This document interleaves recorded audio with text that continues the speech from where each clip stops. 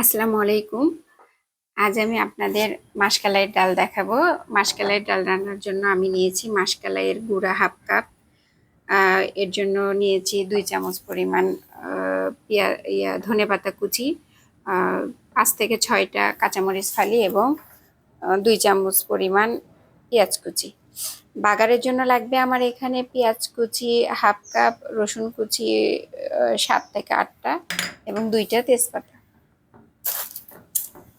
আরো লাগবে সয়াবিন তেল, তেলানির জন্য পাঁচফোড়ন লাগবে, লবণ ও হলুদের গুঁড়া। এই অল্প কিছু উপকরণ দিয়ে আমার তৈরি হয়ে যাবে এই মাসকলাইয়ের ডাল। এখন আমি 1 চামচ পরিমাণ লবণ নিচ্ছি এবং 1 চামচের একটু কম পরিমাণ হলুদের গুঁড়া নিচ্ছি। নিয়ে ধনেপাতা, কাঁচামরিচ, পেঁয়াজ কুচি এগুলো সব সুন্দরভাবে মেখে নিব। নেওয়ার পরে আমি মাসকলাইয়ের গুঁড়ার সাথেও আস্তে আস্তে মেখে নিব, একটার সাথে একটা ভালোভাবে মিশিয়ে নিব। এরপর আমি এখানে 2 কাপ পানি ব্যবহার করেছি। প্রথমে 1 কাপ পানি দিব, আমি দিয়ে ভালোভাবে মিশিয়ে নিব।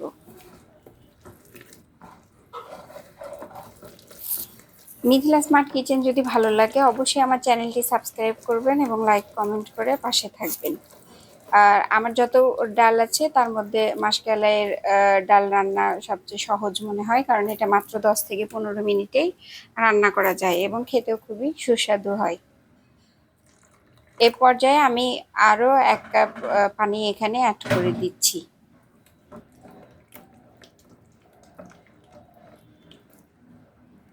এবার আমার মাখানো শেষ। এই ডাল হয়তো অনেকে অনেকভাবেই রান্না করে থাকেন, তবে আমি যেভাবে রান্না করি আমি সেটা আজকে আপনাদেরকে দেখাবো। এখন আমি ফ্রাই প্যানে একটা কড়াই দিলাম, দিয়ে পরিমাণ মতো তেল দিব। এখানে পরিমাণ মতো তেল বলতে হাফ কাপ তেল দিলে হবে।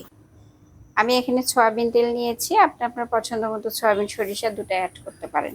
আমার আগে থেকে রেখে দেওয়া পেঁয়াজ কুচি, রসুন কুচি এবং তেজপাতা এ পর্যায়ে আমি অ্যাড করে দিব। নাড়িয়ে দিয়ে নেড়ে দিব হালকা বাদামি হওয়ার আগ পর্যন্ত। এভাবে আমি নাড়াচাড়া করে নিব। মিডিয়াম আছে আমি রান্নাটা করে নিব। দেখতে পাচ্ছেন আমার মিডিয়াম হয়ে গেছে। এখন আমি এখানে পাঁচফোড়ন অ্যাড করে দিব 1.5 চামচ। ডাল রান্নার সময় যখন পাঁচফোড়ন অ্যাড করা হয় তখন এত সুন্দর একটা ফ্লেভার আসে, কি বলবো, আমার খুবই পছন্দ এই ঘ্রাণটা, বেশ ভালো লাগে। এভাবে আরেকটু বাদামি করে নিব।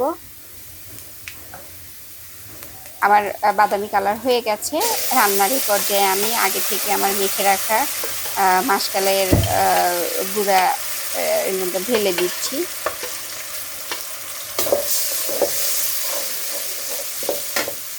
এরপর আমি নাড়াচাড়া করে নিব। এখানে আমি আরো কিছু পানি অ্যাড করব, প্রায় হচ্ছে 2 কাপের মতো। আর মাসকলাই রান্না আসলে টেস্টি হয় এটা কষানোর উপরে। প্রথমে আমি যত ভালোভাবে কষায় নিব টেস্টটা তত ভালো হয়।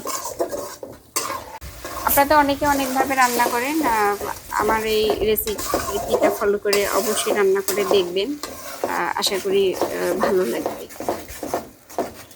এভাবে পানি একদম শুকিয়ে না যাওয়া পর্যন্ত আমি নাড়াচাড়া করে নিব। মাঝে মাঝে একটু নাড়বো, কারণ খেয়াল রাখবো যাতে আমার কড়াইয়ের সাথে লেগে না যায়। আঁচটা মিডিয়াম থাকবে, একদম হাই হিট হবে না।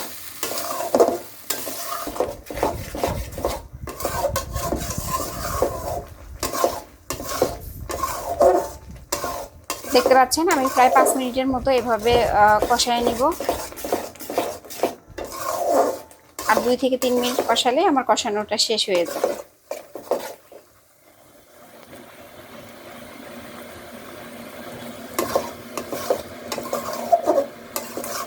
একদম খুবই অল্প উপকরণে এই ডালটা রান্না করা হয়, কিন্তু এটা খেতে খুবই অসাধারণ। আর যারা মাসকলাইয়ের ডাল পছন্দ করেন তারা বুঝবেন এটা কতটা সুস্বাদু হয়। আমি এখানে আমার বাসায় ঢেঁকিতে তৈরি করা মাসকলাইয়ের গুঁড়া নিয়েছি। আপনি চাইলে বাজারে কিনতে পাওয়া যায়, এই গুঁড়াটা দিয়ে রান্না করতে পারবেন। ঢেঁকি ছাটা গুঁড়ার ফ্লেভারটা একটু বেশি ভালো হয়। এ পর্যায়ে আমার কষা শেষ, আমি এখন পানি অ্যাড করে দিব। আমি যেহেতু এটা মানে একটু পাতলা করব, তাই একটু পানি বেশি অ্যাড করে দিচ্ছি। আপনি যদি ঘন বা মিডিয়াম ঘন খান, ওই অনুযায়ী আপনি পরিমাণ মতো পানি অ্যাড করে নেবেন। এ পর্যায়ে আমি নাড়াচাড়া করে দিব। এখানে আমি প্রায় বলক উঠে গেলে আমি 5 মিনিটের জন্য ঢেকে দিব।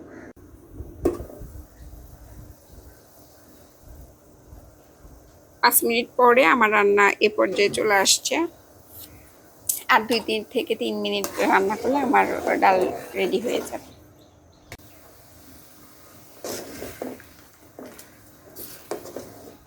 এবার আমি একটা চামচের সাহায্যে আপনাদের দেখাচ্ছি আমি কতটা পাতলা করব, এটা দেখিয়ে নিচ্ছি।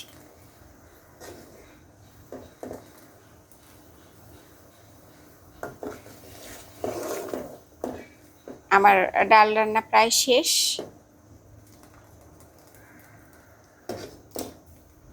একটু চুলায় বন্ধ করে রাখলে আর একটু ঘন হয়ে যাবে। এই যে দেখতে পাচ্ছেন, চুলায় 3 থেকে 4 মিনিট থাকার পর আমার এই অবস্থায় চলে আসছে। এরপর আমি সার্ভিং ডিশে এটা সার্ভ করব।